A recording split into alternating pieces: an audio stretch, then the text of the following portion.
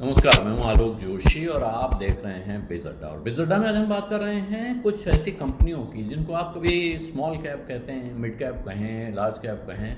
ये कहानी क्या है? स्मॉल कैप यानी स्मॉल कैपिटलाइजेशन, जिन कंपनियों की कुल कीमत कम है, कुछ कंपनियों की कुछ कीमत मझोले दर्जे की है और कुछ कंपनियों की कीमत बहुत ज़्यादा है, जिन्हें लार्ज कैप कहा जाता है, बीच वाले मिड कैप और छोटी कंपनियां स्मॉल कैप। लेकिन ये हमारे आपके समझने के लिए उसका एक फार्मूला हो सकता है, बन सकता है, लेकिन म्यूचुअल फंड्स को जब खरीदारी करनी होती है तो उनके लिए लिस्ट जो है बाकायदा AMFI, association of mutual fund in India, वो जारी करता है।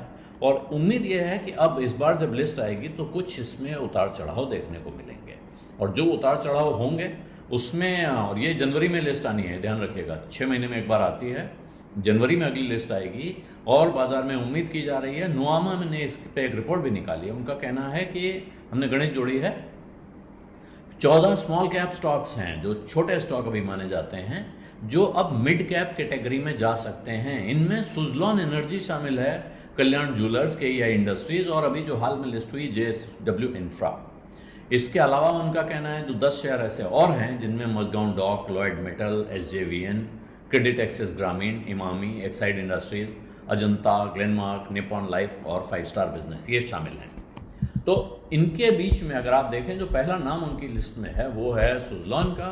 सुजलॉन पिछले 2 दिनों से अपर सर्किट दिखा रहा है और पिछले 6 महीने में देखें तो वो लगभग 300% का उछाल उसमें आ चुका है। और ये चर्चा भी है कि अभी जब उसका MSCI इंडिया स्टैंडर्ड इंडेक्स का रिव्यू होगा तो उसमें भी उसके शामिल होने के आसार हैं। हालांकि कुछ ऐसे, और सुजलॉन का क्या है, अभी 2 दिन पहले रिजल्ट्स आए हैं, ज़बरदस्त रिजल्ट्स हैं। वहाँ से ऐसा लगता है कि आगे अभी उनका इंटरेस्ट बर्डन बहुत कम होने जा रहा है, उन्होंने कर्जे पटाए हैं और इस वजह से आगे लोगों को वहाँ सब अच्छा ही अच्छा दिखता है। 10 रुपये से 34-35 रुपये पहुँचा हुआ शेयर अपने आप में खींच रहा है, अट्रैक्ट कर रहा है, इसमें भी कोई शक नहीं है।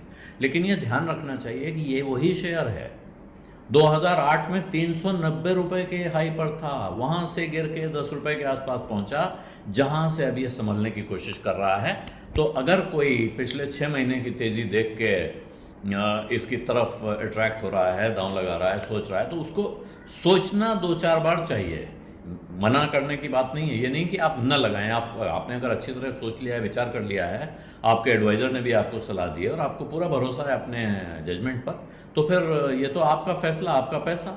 लेकिन क्या सिर्फ पिछले 6 महीने के परफॉर्मेंस को देखकर आपको खुद पढ़ना चाहिए? तो उसके बारे में आपको थोड़ा सोच लेना चाहिए।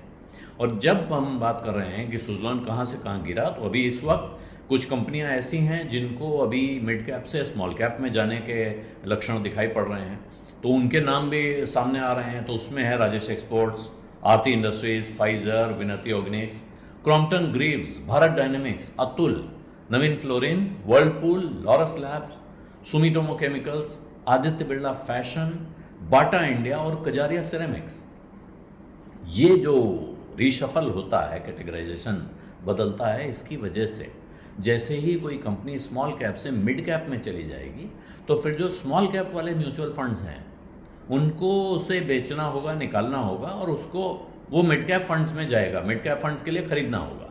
मिड कैप फंड अगर खरीदना चाहें, ज़रूर पाबंदी नहीं है कि आप खरीदें, लेकिन जो स्मॉल कैप के फंड हैं उनके लिए पाबंदी हो जाएगी, फिर उसको निकालें। इसी तरह जो कंपनी मिड कैप से स्मॉल कैप में आएगी, अब स्मॉल कैप का फंड उसे ले न ले, ये उसके फंड मैनेजर तय करेंगे, लेकिन मिड कैप के फंड्स के लिए उनको बेच देना ज़रूरी होगा, उनको निकाल देना पड़ेगा। तो इसी तरह से, और ये इसीलिए ये कैटेगराइजेशन बहुत महत्वपूर्ण है। छोटे इन्वेस्टर को, हमारे और आपके जैसे लोगों को क्या फ़र्क पड़ता है, कोई कैटेगराइजेशन हो, हमें कंपनी पसंद आई, हमारा अपना पैसा हमने लगाया और शेयर अपने पास आ गए। लेकिन क्योंकि म्यूचुअल फंड्स का आपके पास बड़ा पैसा होता है, म्यूचुअल फंड्स के पास उनका स्टेक बड़ा बड़ा है, अगर वो कंपनी को बेचेंगे तो काफ़ी बड़ी मात्रा में शेयर बाजार में आ जाएंगे, इसलिए इसका फ़र्क पड़ता है। और ऐसे में जो बड़ी कंपनियां जो अभी तक लार्ज कैप में थी वहाँ से मिड कैप में खिसकेंगी, इनके भी नाम आए हैं। इसमें Adani Wilmar, UPL, IRCTC, PI Industries, Bosch, Tube Investments, Samvardhana Motherson और हीरो मोटोकॉर्प का नाम शामिल है। और दूसरी तरफ नोमा को लगता है कि IRFC, power finance corporation, Polycab, Macrotech, Shriram finance, union bank, Indian overseas bank, REC और जियो फाइनेंशियल, रिलायंस ग्रुप की ताज़ा कंपनी जियो फाइनेंशियल, ये लार्ज कैप में कन्वर्ट हो सकते हैं इसी रिव्यू में। तो इसके हिसाब से काफ़ी कुछ हेर फेर होगा और उस वक्त फ़र्क पता चलेगा। लेकिन शेयर कैसे लिस्ट में अपनी जगह बनाता है, तो अगर शेयर का दाम बढ़ता है तो वो अगली कैटेगरी की लिस्ट में पहुंचता है, ज़रूरी है उस वक्त जब रिव्यू होगा तभी पहुंचेगा। लेकिन और अगर दाम गिर रहा होता है तो जाहिर है उसकी अपनी पोजीशन उसके हाथ से जाती है और वो नीचे पहुंच जाता है। बिज़ अड्डा में आज इतना ही, इजाज़त दीजिए, धन्यवाद, नमस्कार।